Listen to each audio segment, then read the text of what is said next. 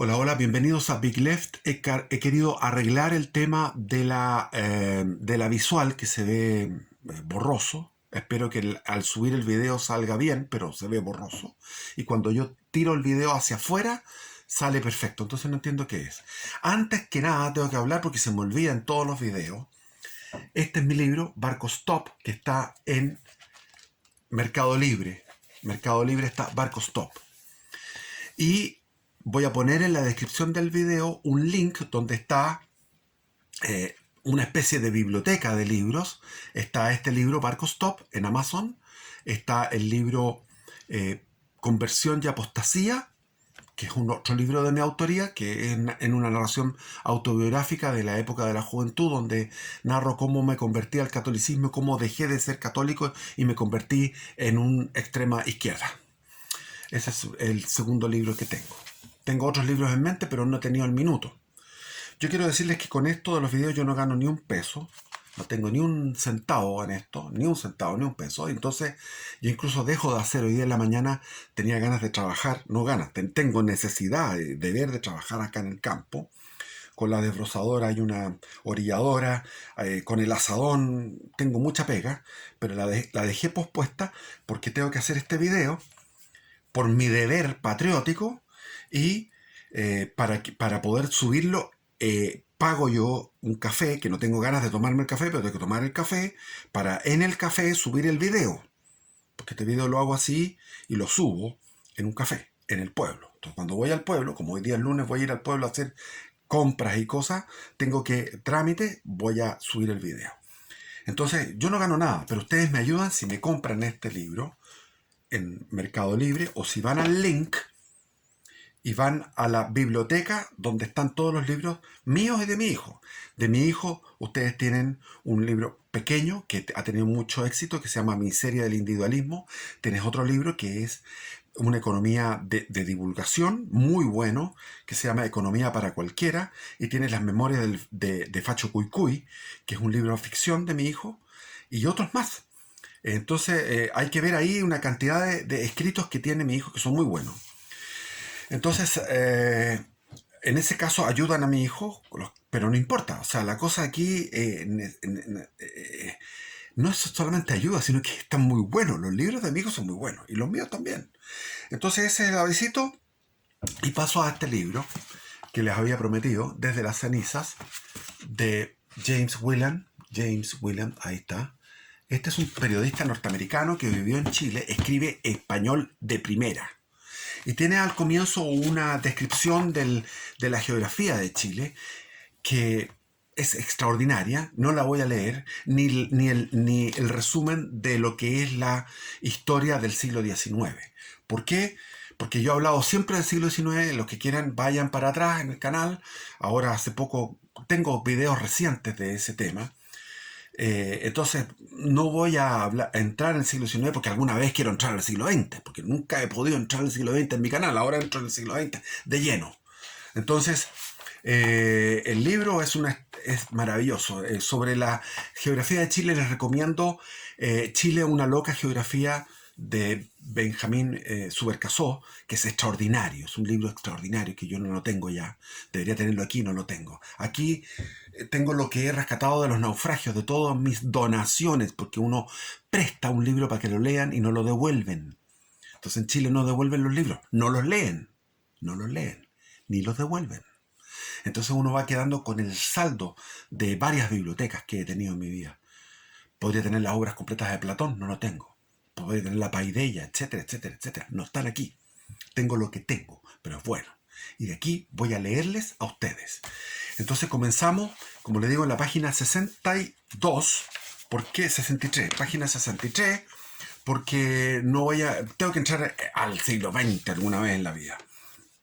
Entonces aquí hablamos de uno de los mitos que se ha dicho siempre de izquierda a derecha. Uno de los mitos que dice: una de las ficciones más arraigadas en los relatos periodísticos de los acontecimientos chilenos dice que hasta Allende la derecha regía el país.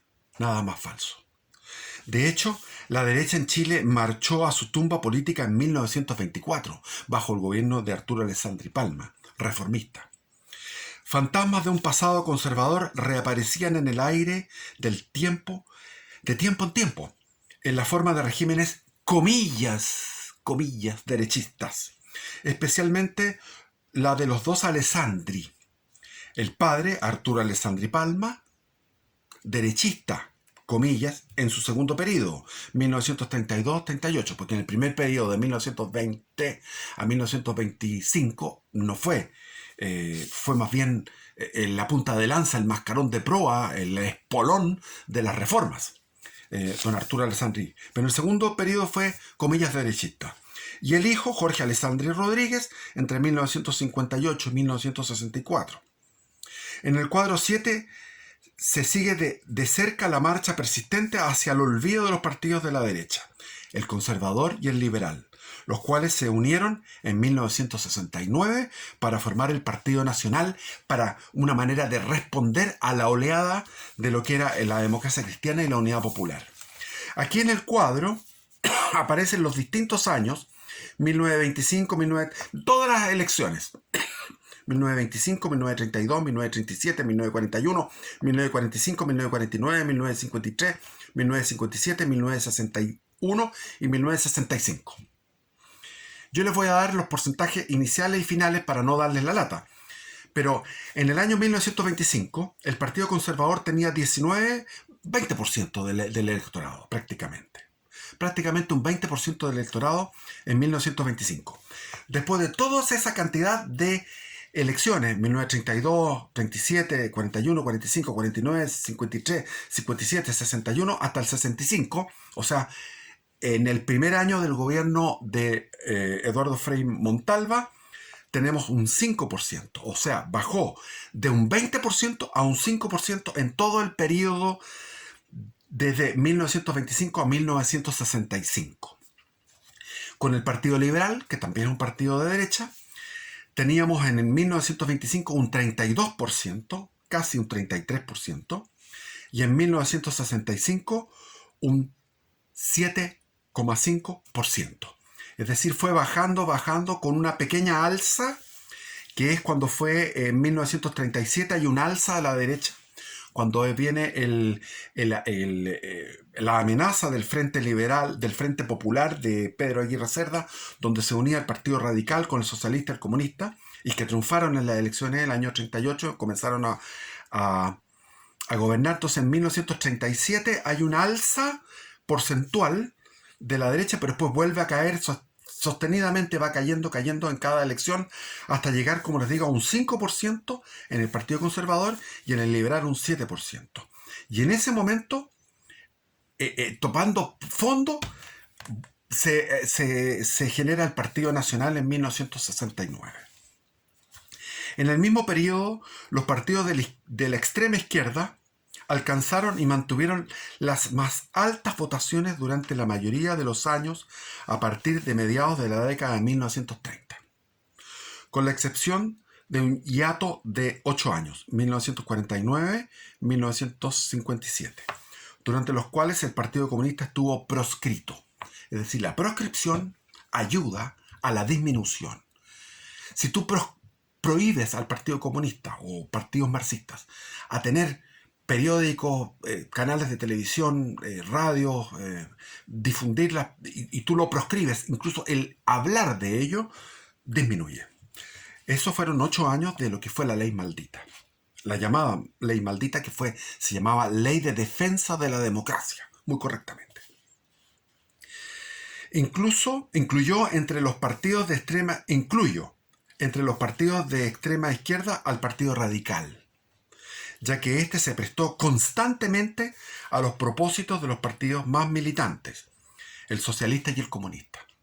El cuadro 8 muestra la fortuna de estos partidos en las mismas elecciones. El mismo cuadro que está aquí, este cuadro que es de la derecha, lo repetimos en la izquierda. En los mismos años, de 1965 a 1969, las elecciones del 32, el 37, el 41, el 45, el 49, el 53, el 57, el 61, el 65, hasta el 69. Partido Radical. Empezó el 65 con un 21%.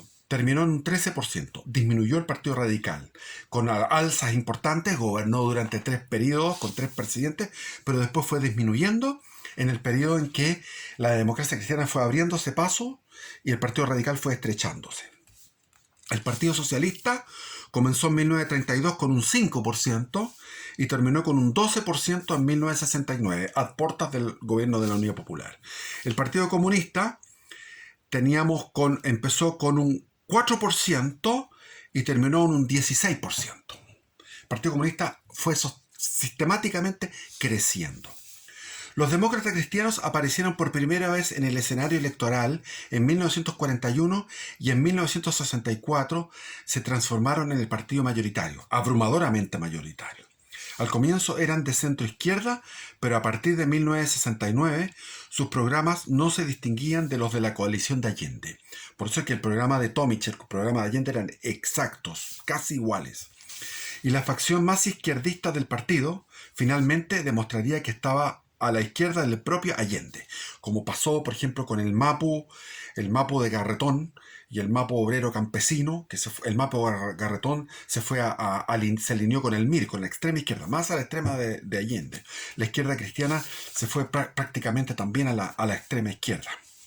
Los votos demócratas cristianos en elecciones legislativas. Aquí están los votos, los porcentajes, cómo fueron subiendo los demócratas cristianos. A partir de 1941 fueron quitando el espacio al Partido Radical, sin quitarle espacio, que era el propósito que tenían teóricamente los demócratas cristianos, de quitarle espacio a los comunistas, a los socialistas. Los comunistas y los socialistas crecían por su lado y los demócratas cristianos crecían por su lado.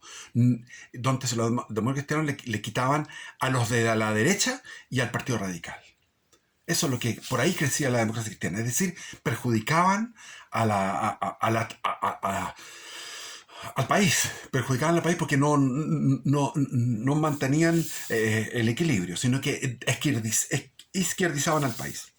Los problemas surgieron en la turbulenta década de 1920, cuando las reglas del juego político en Chile cambiaron decididamente. Se establecieron nuevas relaciones de poder y se entronizaron una serie de valores políticos diferentes. El cambio más importante fue el desplazamiento irrevocable del poder económico de manos de las viejas oligarquías, anteriormente los terratenientes, más tarde los empresarios. Pasaron de las viejas oligarquías al Estado. Cox se refiere a lo que él describe como un crecimiento excesivo durante este periodo, de un Estado benefactor, del burocratismo y la demagogia. Ellos crearon, dice, una estructura nacional rígida y estática y un fuerte hábito parasitario con respecto al Estado. O sea, esto venía ya de la República Parlamentaria, donde la misma oligarquía se suicidó con el periodo, se suicidó al destronar a Balmaceda, terminar con el sistema portaliano en la famosa Revolución del 91, la Guerra Civil de 1891, y desde ahí fue lentamente declinando a través del parlamentarismo oligárquico, empezó a tomar más protagonismo el Estado. Esas recaídas derechistas eran derechistas, con comillas, dentro de los límites de un nuevo contexto sociopolítico. Está hablando de las recaídas derechistas que fueron los gobiernos de los dos Alessandri, padre e hijo. Más aún, si el gobierno de Jorge Alessandri fue intolerablemente, comillas, derechista, esa no era la opinión del Partido Comunista. Durante la mayor parte del periodo de Alessandri, 1958-1964, aquel trató al presidente, el Partido Comunista, trató al presidente con una circunspección y deferencia desacostumbradas. Y persistían las informaciones sobre la existencia de un pacto de no agresión entre Alessandri y los comunistas. Hubo calma, había un pacto de no agresión, y trataron muy bien a este, comillas, derechista Jorge Alessandri. La fortuna del Partido Comunista prosperó como nunca antes durante el gobierno de Alessandri, lo que provocó advertencias en el sentido de que el presidente estaba sembrando un torbellino. Las relaciones amistosas entre las fuerzas supuestamente antagónicas no es, por supuesto, lo mismo que una alianza entre ellas. Y por lo que se sabe hasta la fecha, tal alianza no existió entre Alessandri y los comunistas, pero sí con los radicales. Los metió al poder a los radicales. En los mismos ministerios, en el aparato estatal. Pero la existencia de tales relaciones amistosas debería silenciar buena parte de la cháchara respecto a la rigidez y al carácter reaccionario de la derecha existente en Chile antes del golpe militar. Implacablemente opuesta a toda reforma, según los discursos de la izquierda, y a los agentes, etc. O sea, ¿quién presidió sobre la atomización de la derecha no fue otro, quien presidió sobre la atomización de la derecha no fue otro que Alessandri padre. Alessandri, conocido como el León de Tarapacá, por la provincia norteña que representaba en el Congreso, era un hombre de voz poderosa y de un físico que hacía juego con ella. Alessandri, sin duda, sacó del medio de una multitud a un policía herido y que en otra oportunidad usó un bastón para castigar a un diputado de la oposición, a quien luego lanzó por encima de una pared. Era asimismo un orador formidable, aficionado a arengar a las masas desde los balcones de su casa. Mi padre me contaba que ella antes 1919 a escucharlo a su casa, como ahora existe Pedro Bull a través de las redes sociales de YouTube. En esa época era en su casa, a través del balcón de su casa, arengaba y llegaban todos los jóvenes idealistas, entre ellos mi padre, a escuchar a mi padre tendría en ese momento 17 años, a escuchar al león de Tarapacá, Arturo Alessandri.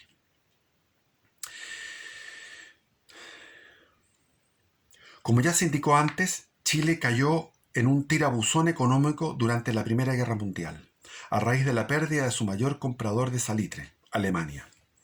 Las luchas obreras habían acosado al país durante años. Estaban las luchas obreras y estaba la Guerra Mundial, donde bloquearon, la Armada inglesa bloqueó a Alemania. Alemania tuvo que ingeniársela para producir salitre y inventaron el salitre sintético. A partir de la década de 1880 hubo encuentros violentos entre los trabajadores y la policía, y frecuentemente también el ejército, en los yacimientos de salitre. Los choques llegaron a un clímax con la masacre de 1907, que costó 2.000 vidas. No se sabe. Eso es la famosa masacre de la escuela de Santa María de Iquique, que canta el Quilapayún. 3.600 obreros fueron asesinados. Esa es la canción. Pero no son 3.600 porque eso era para que rimara la canción. Aquí dice 2.000, pero fueron bastantes.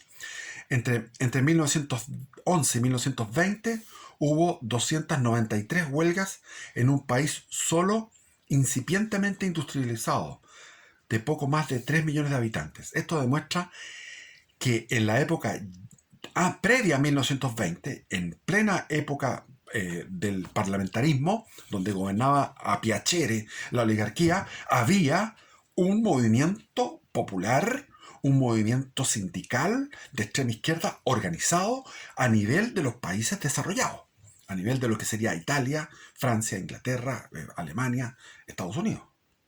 El 4 de julio de 1912, un tipógrafo autodidacta llamado Emilio Recabarren fundó un partido de los trabajadores que más tarde, en 1922, se convertiría en el Partido Comunista.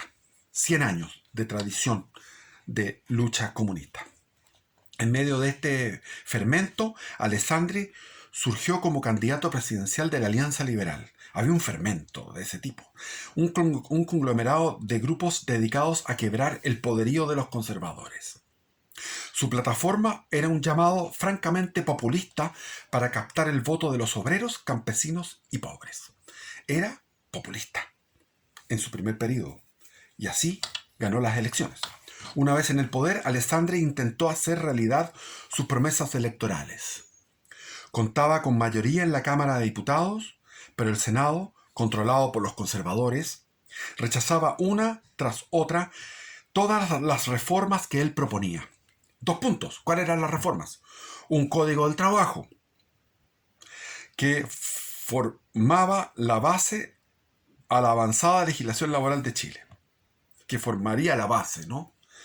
El derecho a sindicalizarse, la jornada de 8 horas de trabajo, el impuesto a la renta. El Senado también acusó políticamente a cada uno de sus ministros, ocasionando su remoción. Algunos duraron solamente semanas en sus puestos, lo que creó una anarquía administrativa. Se trataba del mismo problema que había afectado a todos los presidentes desde que se entronizó el sistema parlamentario 30 años antes, cuando fue derrocado Balmaceda y el sistema portaliano presidencialista. Pero ahora había llegado a extremos peligrosamente destructivos. Allende sufriría el mismo problema, pero con diferentes motivos. La Alianza Liberal de Alessandri, una coalición de lo que entonces eran partidos de izquierda, en esa época eran partidos de izquierda, porque los movimientos populares anarquistas, como y lo de Emilio Recabarren, que todavía no se fundaba, no se llamaba como partido comunista, todos esos eran movimientos de base que no tenían representatividad.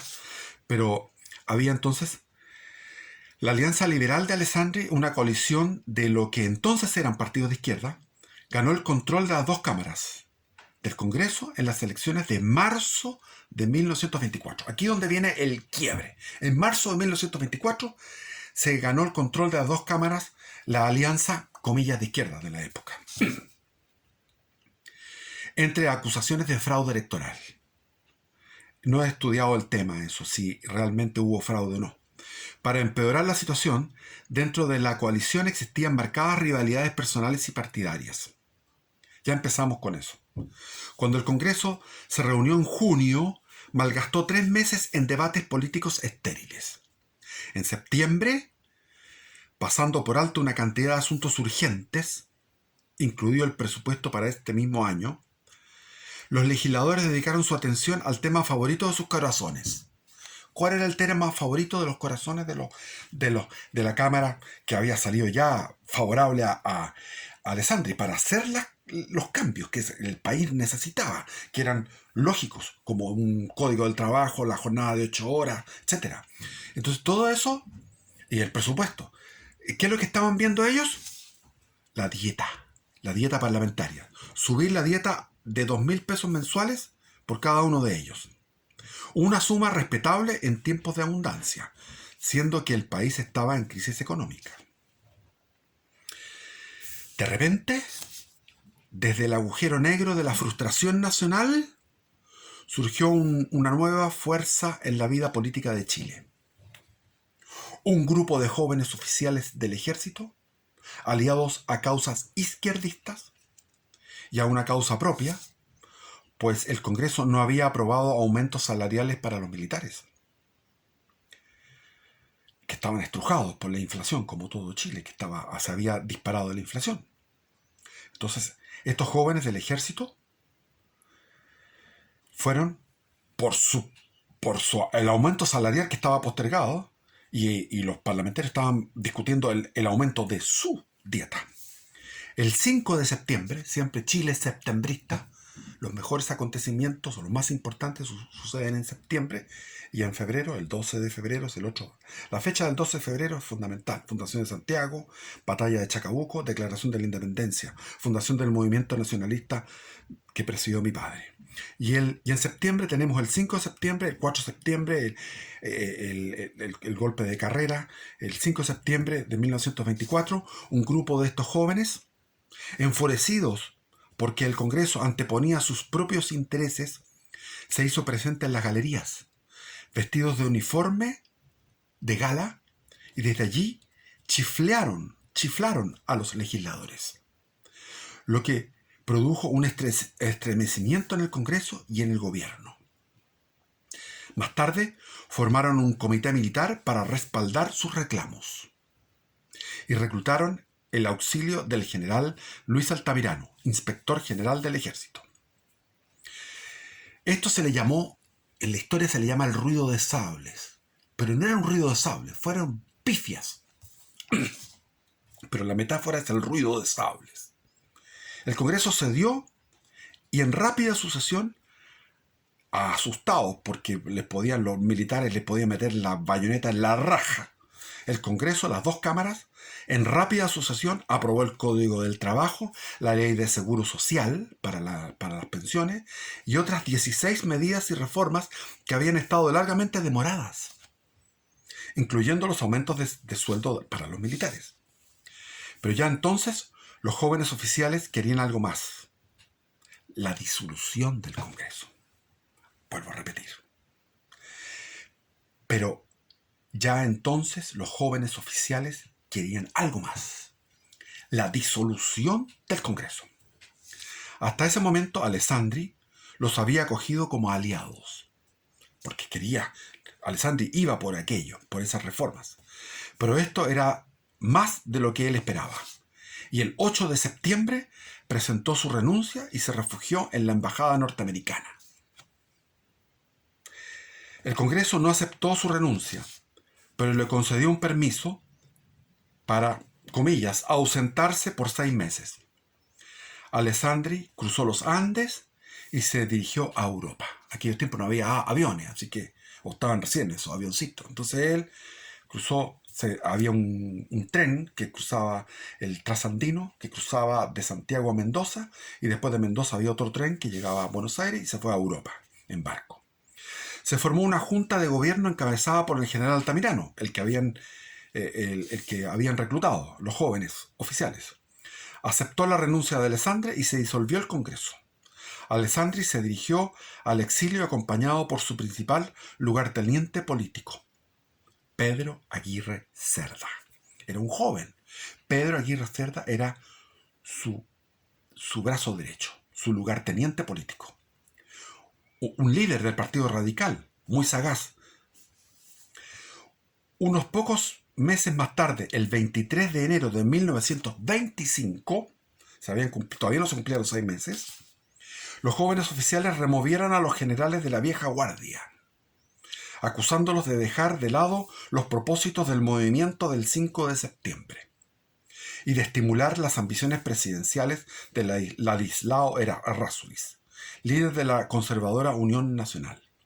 Los jóvenes oficiales organizaron su propia junta y pidieron a Alessandri que regresara. Mientras recorría el camino de vuelta de Europa, mientras Alessandri volvía de Europa, los jóvenes oficiales prepararon una andanada de decretos ley que contenían importantes reformas sociales y económicas, especialmente fuertes en las áreas de trabajo y salud. Aunque el hecho no es frecuentemente mencionado en los anales del papel de los militares en los asuntos de Latinoamérica, se trataba probablemente de la primera vez que una fuerza militar regular intervenía allí a favor de la revolución social. Es decir, fue la primera vez en los anales de la historia latinoamericana que los militares, en este caso jóvenes oficiales, intervenían para una revolución social, para cambios sociales. Alessandri llegó finalmente el 20 de marzo de 1925, encontrando una apoteosis de entusiasmo público sin precedentes. Fue recibido con apoteosis. Duraría en el poder solo 6 meses y 10 días, tiempo que le fue suficiente para redactar y someter a la aprobación del pueblo una nueva constitución, promulgada el 18 de septiembre de 1925. Esta constitución, la Constitución de 1925, restauraba parcialmente el poder presidencial, proveía la elección directa del presidente y establecía la separación de la Iglesia y del Estado, meta de los liberales desde mediados del siglo XIX. Así se derogaba la antigua Constitución de 1833, que había durado 90 años. La nueva Constitución también contenía una amenaza específica a la propiedad privada. Se trataba de una amenaza porque creaba una valla innecesaria al derecho de propiedad privada que reflejaba el comienzo del pensamiento socialista en la política de Chile. También contenía una disposición que, si hubiera sido puesta en vigor, habría cambiado el curso de la historia del país. Era la disposición que estipulaba la creación de asambleas provinciales y la redistribución del poder y del ingreso del gobierno central entre las provincias. Tal descentralización hubiera actuado como un freno en el vertiginoso viaje del país hacia el marxismo. Sobre vías aceitadas por la demagogia de la loca competencia que existía por el favor popular. Qué linda frase. Sobre las vías aceitadas por la demagogia de la loca competencia que existía por el favor popular. Quiero que se me vea el blanco de la bandera ahí. Ahí. Ya.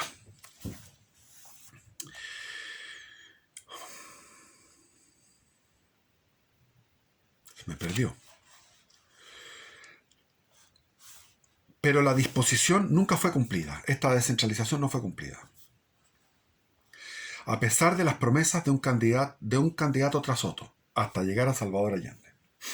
La nueva constitución sobrevivió hasta la caída de Allende. Para entonces era un andrajo, valorado más por lo que pudo haber sido que por lo que fue.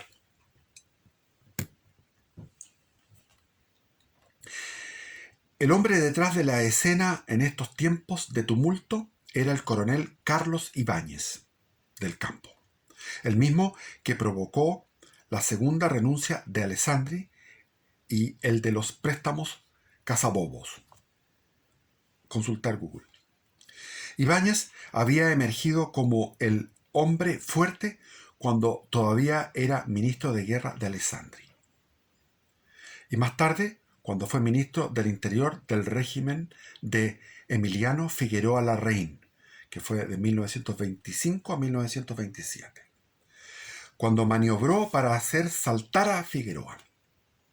Ibáñez era un nacionalista que profesaba una mezcolanza de ideas izquierdistas y fascistas, y se embarcó en un programa de préstamos y gastos nunca visto en Chile. La orgía de gastos, carreteras, ferrocarriles, instalaciones portuarias, etc., creó un clima artificial de prosperidad que permitió a Ibáñez imponer su voluntad sobre un Congreso complaciente, sin la menor protesta de un público que aprovechaba la coyuntura. Y todo estaba en los años 20, todavía no venía la gran crisis. La crisis de diciembre del 1929, el crack en Wall Street. Ibáñez purgó al ejército de los oficiales identificados con la antigua élite civil. También creó una organización policial paramilitar nacional, el Cuerpo de Carabineros, como contrapeso de la clase media respecto del poder irrestricto del ejército. No era paramilitar, aquí se equivoca el escritor. Era militar y jerárquico militarizado. Es un cuerpo militar, policial militar. Por eso es que le tienen tanta odio los izquierdistas hasta el día de hoy. Dotando al ejército de la armada con nuevos armamentos y elevando a la Fuerza Aérea a la misma altura de las otras tres ramas. Se fundó la Fuerza Aérea, Carabineros, solamente antes existía la Armada y el Ejército. Además puso al Partido Comunista fuera de la ley, primera vez, Ibáñez. Y después en el gobierno, el segundo gobierno de Ibáñez, finales del segundo gobierno de Ibáñez, elegido democráticamente, restauró la legalidad del Partido Comunista. Y aquí, al comienzo, cuando joven, suprimió al Partido Comunista de la legalidad. Además, puso al Partido Comunista fuera de la ley, por otra parte, y por otra, declaró feriado el 1 de mayo. Grave error. 1 de mayo no debería ser feriado, nunca. Y promulgó el nuevo Código de Trabajo más liberal. Cuando se produjo el derrumbe de las exportaciones mineras chilenas como resultado de la depresión mundial de diciembre en el fondo 1930, Ibáñez dictó una serie de medidas de emergencia que incluyeron la suspensión del pago de la deuda externa de Chile. Pero el dique ya estaba roto y luego de una huelga general de intelectuales, comillas, en una huelga general, que incluía doctores, abogados e ingenieros, grupos que también figurarían en la caída de Allende. son gremios importantes de clase media, de profesionales. Ibáñez fue depuesto el 26 de julio de 1931. O sea, en 1930 viene la caída porque la crisis de Wall Street fue en diciembre del 29. Se le llama crisis del 29, pero fue el 30. Y en julio del 31, el 26 de julio de 1931, Ibáñez es depuesto mediante un movimiento popular, pero más que nada la huelga general de los intelectuales, que son las clases medias. El siguiente gobierno acababa apenas de hacerse cargo, cuando un grupo de suboficiales de la Armada, alegando representar la Federación de Trabajadores Chilenos, es decir, se va Ibáñez y viene un caos, viene una anarquía. El siguiente gobierno, no sé quién era el que lo sucedió en forma inmediata, porque aquí hay una cantidad de hechos que son muy... Yo leía un libro que aquí lo tengo, pero ya, es un libro que me quedó claro que esto era un revolutis. ¿Dónde está ese libro, carajo? Por aquí lo debo tener. ¿Dónde lo dejé? Un día más lo voy a mostrar. Es muy interesante. Sobre de Ibáñez del Campo, la historia de Ibáñez del Campo. Entonces, el siguiente gobierno apenas acababa de hacerse cargo, es decir, una vez que Ibáñez salió, se perdió este poder personal, un grupo de oficiales de la Armada, alegando representar a la Confederación de Trabajadores Chilenos y al Partido Comunista, protagonizó una rebelión fugaz y audaz, temeraria. Arrestaron a sus oficiales, se tomaron los barcos, esto fue en Coquimbo, y anunciaron que habían formado un gobierno. Esto imitando a los bolcheviques cuando tomaron el acorazado Potemkin. Vean la película de Eisenstein, El acorazado Potemkin, que es una película propagandística bolchevique de cine mudo, pero muy interesante, véanla. Fue la primera revolución de los suboficiales de la historia de Chile. 41 años más tarde, otro grupo de suboficiales, también con tendencias izquierdistas, intentaría otro golpe. Y ese fue uno de los acontecimientos cruciales que sellaron el destino de Allende. Cuando se descubrió a comienzos de septiembre de 1973 que había un grupo de suboficiales que querían tomarse los buques de la Armada. Eso fue el principal detonante del golpe militar. Eso fue muy sangriento en lo que fue la toma de la base naval de Talcahuano, donde el ejército tuvo que ir a reprimir aquella toma, aquella insurrección, y la Fuerza Aérea bombardeó la Armada, y la Fuerza Aérea le ganó a la Armada, porque lo que pasó es que la oficialidad fue a una cena de gala en La Serena, y en Copiapó estaba la Armada ahí, la flota, y ahí se produjo la insurrección.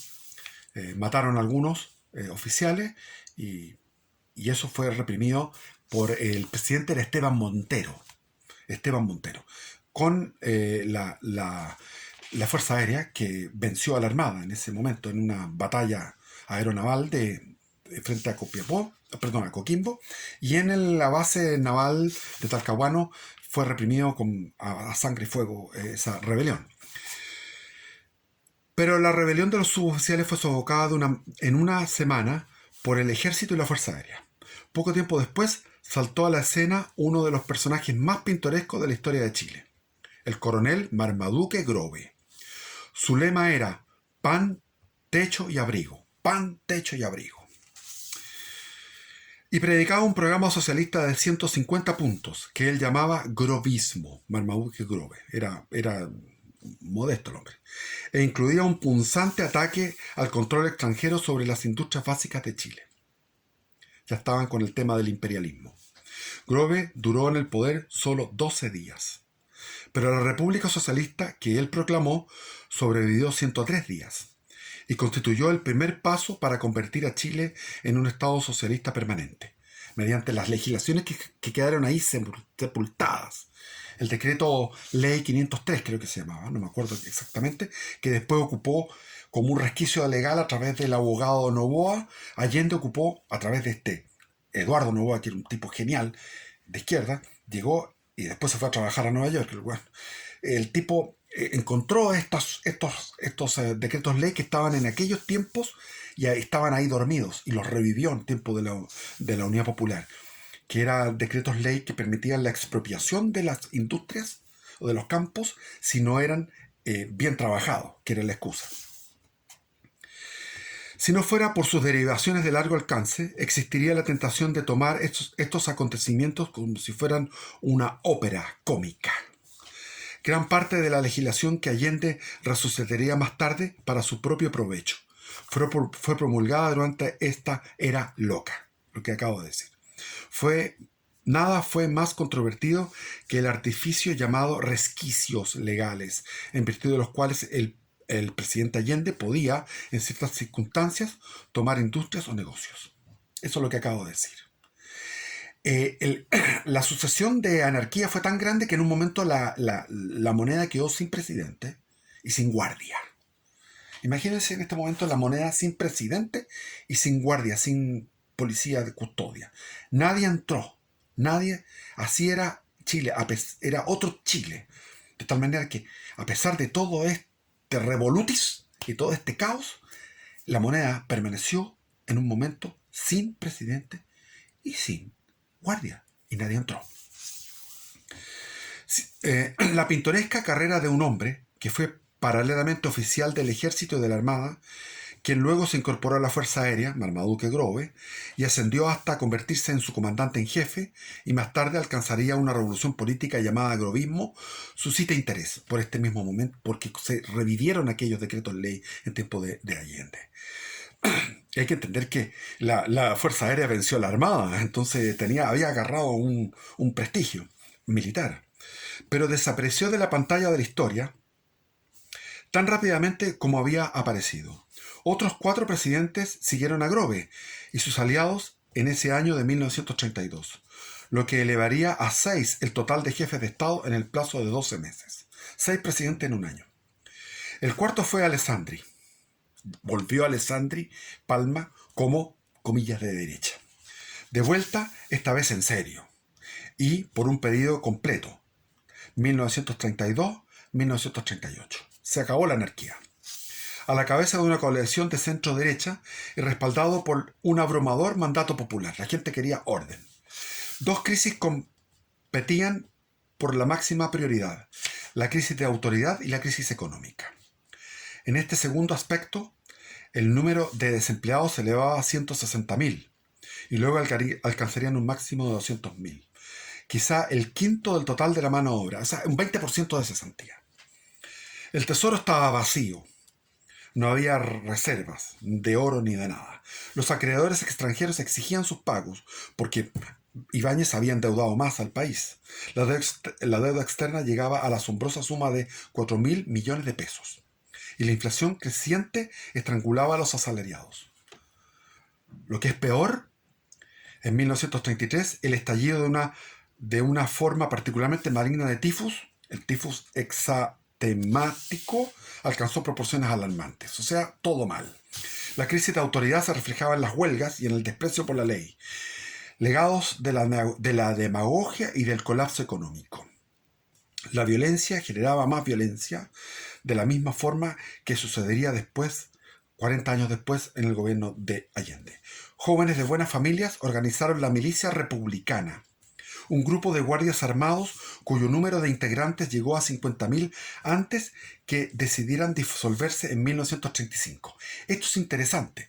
100 años antes había habido una anarquía bajo el gobierno de los pipiolos, y cuando llega el gobierno de Joaquín Prieto en 1831, bajo la inspiración de Diego Portales, se generaron las milicias republicanas, que eran milicias de gente normal para contrarrestar el caos. Y aquí se vuelve a repetir lo mismo. Las milicias republicanas se repiten casi con la misma exactitud un siglo después, la milicia republicana. Y yo conocí viejos de la milicia republicana que me contaban sus aventuras, sus anécdotas. Era una cosa maravillosa.